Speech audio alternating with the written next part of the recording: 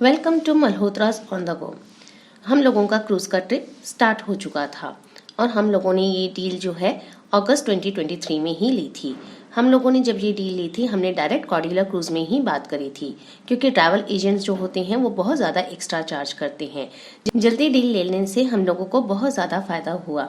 हम लोगों ने एक स्टैंडर्ड रूम बुक किया था, मगर क्योंकि हमने डील जो है अर्ली ले ली थी तो हम लोगों का जो स्टैंडर्ड रूम है वो एक ओशन व्यू रूम में अपग्रेड हो चुका था। ओशन व्यू रूम्स जो हैं वो डायरेक्ट ओशन को फेस करते हैं और आप सी के नज़ारे देख सकते हो। बोर्डिंग करने के बाद हम लोगों को ये एक्सेस कार्ड मिला।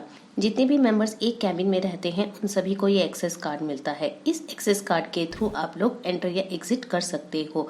देखो ये हमारे कार्ड पे प्रीमियर लिखा हुआ है। अब ये रूम हमारा तो स्टैंडर्ड था, बट ये प्रीमियर कैसे हुआ ये आपको आने वाले वीडियोस में ही पता चलेगा। एक्सेस कार्ड लेने के बाद शिप में यहाँ से चेक इन होता है। ये कार्ड आपको चेक इन के टाइम पे दिखाना पड़ता है। शिप में भी उन लोगों ने हम लोगों का स्वागत नमस्ते करके किया। हम लोगों को डेक नंबर 4 पे जाना था। ये है वो लिफ्ट में सब ये नंबर्स लिखे हुए हैं कि कौन से फ्लोर पे क्या चीज़ अवेलेबल है। डेक में एंटर करने के बाद हम लोग गए यहाँ पर अपना रूम ढूंढने के लिए। रूम लेफ्ट और राइट दोनों साइड पे थे। लेफ्ट वाले रूम जो है वो ओशन फेसिंग थे और राइट वाले रूम्स जो थे वो स्टैंडर्ड रूम्स थे। और ये बहुत लंबा कॉरिडोर था जिसको हम सब लोग गली गली कहकर बुला रहे थे कि इस गली से हमें राइट जाना है या उस गली से हमें लेफ्ट जाना है। आखिर दिल्ली वाले हैं, पतले पतले कॉरिडोर्स देखकर हमें अपनी दिल्ली की गलियों की याद आ जाती है। ये कॉरिडोर इतना लंबा था, हमें लगा हम 1 किलोमीटर तक बस चलते ही जा रहे थे। शायद हम लोग ट्रेन का सफ़र करके थक चुके थे। ब्रेकफास्ट तो हम ऑलरेडी ट्रेन में कर ही चुके थे। ये है हमारा रूम। इस रूम में 2 ट्विन बेड्स थे और 2 ऊपर रूम्स जो है वो फोल्डिंग बेड्स थे जो एक बंक बेड की तरह काम करते हैं। सामने जो कर्टेन है उसके पीछे विंडो है जो सीधा ओशन को फेस करती है। ये हमारा छोटा सा रूम है जिसमें एक फुल लेंथ मिरर था, एक वार्डरोब था, टीवी लगा हुआ था और एक छोटा सा वॉशरूम था।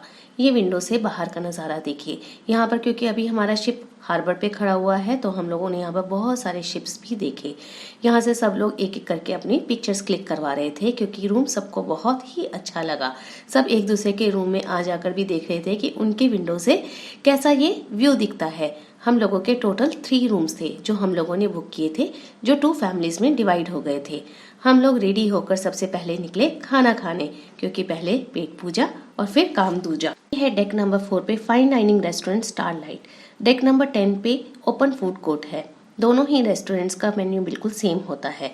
फाइन डाइनिंग रेस्टोरेंट का टाइम जो है वो आधा घंटा पहले स्टार्ट होता है और आधा घंटा पहले ही खत्म हो जाता है। दोनों ही रेस्टोरेंट्स में ब्रेकफास्ट, लंच और डिनर लगता है और मेन्यू बिल्कुल सेम होता है। बस फाइन डाइनिंग रेस्टोरेंट का ये फ़ायदा है कि अगर आप अपनी सीट पे बैठे हो तो आप स्टाफ मेंबर्स को कॉल करके अपने टेबल पे चीज़ें सर्व करवा सकते हो। ब्रेकफास्ट, लंच और डिनर तीनों ही टाइम खाने की इतनी ज़्यादा वैरायटी है और रोज़ ही मेन्यू चेंज होता है। स्वीडिश भी इतनी तरह की थी जिनके तो नाम भी शायद हम लोगों ने सुने ही नहीं थे। खाना तो बहुत ही ज़्यादा टेस्टी था और ये सारा की सारा हम लोगों के पैकेज में ही इंक्लूडेड था। ये है डेक नंबर 10 का ओपन फूड कोर्ट। यहाँ पर जो है आप सी का डायरेक्ट व्यू देखकर फूड एंजॉय कर सकते हो। यहाँ पर भी उतने ही लोग खाना खाने आते हैं जितने कि फाइन डाइनिंग रेस्टोरेंट में। जिसको डायरेक्ट सी की साइड पे बैठ के खाना खाना है वो फूड कोर्ट में आ जाता है। यहाँ पर भी रात को मिडनाइट स्नैक्स भी सर्व होते हैं। क्या आप लोगों ने कभी 12 बजे रात को मिडनाइट सैंडविचेस खाए हैं? वो यहाँ शिप में मिलते हैं, वो भी हमारे पैकेज में इंक्लूडेड था। सारा दिन चाय और कॉफ़ी तो अवेलेबल ही रहती थी। जिसको जब चाय पीने का मन है डेक नंबर 10 पे आओ और पी लो। शिप में 5 टाइप के मील्स मिलते हैं: breakfast, lunch, high tea, dinner and midnight snacks. High tea के साथ बहुत सारे वैरायटी के स्नैक्स भी अवेलेबल होते हैं। फाइन डाइनिंग रेस्टोरेंट में भी विंडोज हैं, बट यहाँ से इतना सी का व्यू क्लियर नज़र नहीं आता जितना डेक नंबर 10 पे नज़र आता है। और भी यहाँ पर बहुत सारे रेस्टोरेंट्स हैं जहाँ पर आप अपना फूड ऑर्डर करके ले सकते हो। ये है चेयरमैन्स क्लब। यहाँ पर आप लाइव सिंगिंग एंजॉय करते हुए स्नैक्स और ड्रिंक्स ऑर्डर कर सकते हो, जो कि हमारे पैकेज में नहीं था बट ये पेड था। इसकी पेमेंट करने के लिए हम लोगों को अपना एक्सेस कार्ड रिचार्ज करवाना पड़ता है। इन प्लेट्स को देखकर क्या आपको टाइटैनिक द एपिक मूवी की याद आती है, जब टाइटैनिक शिप ग्लेशियर से टकराया था और ऐसी ही प्लेट्स हिलने लग गई थी? वैसे तो शिप के चलने का पता नहीं चलता, बट इन प्लेट्स को देखकर सच में लगता है कि शिप चल रही है।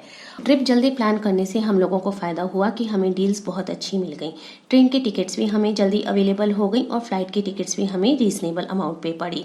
हम लोगों का standard room ocean view room में कन्वर्ट हुआ, जो बाद में प्रीमियम रूम में अपग्रेड हो गया, जिसका रीज़न कुछ और था। ये पूरा ट्रिप हम लोगों को 1.5 लाख रुपीज़ में पड़ा, जिसमें हम सिर्फ 3 लोग थे। ऐसे ही बहुत सारी चीज़ें जानने के लिए आप लोगों को मेरा चैनल सब्सक्राइब करना पड़ेगा और don't forget to like and share this channel. Bye bye.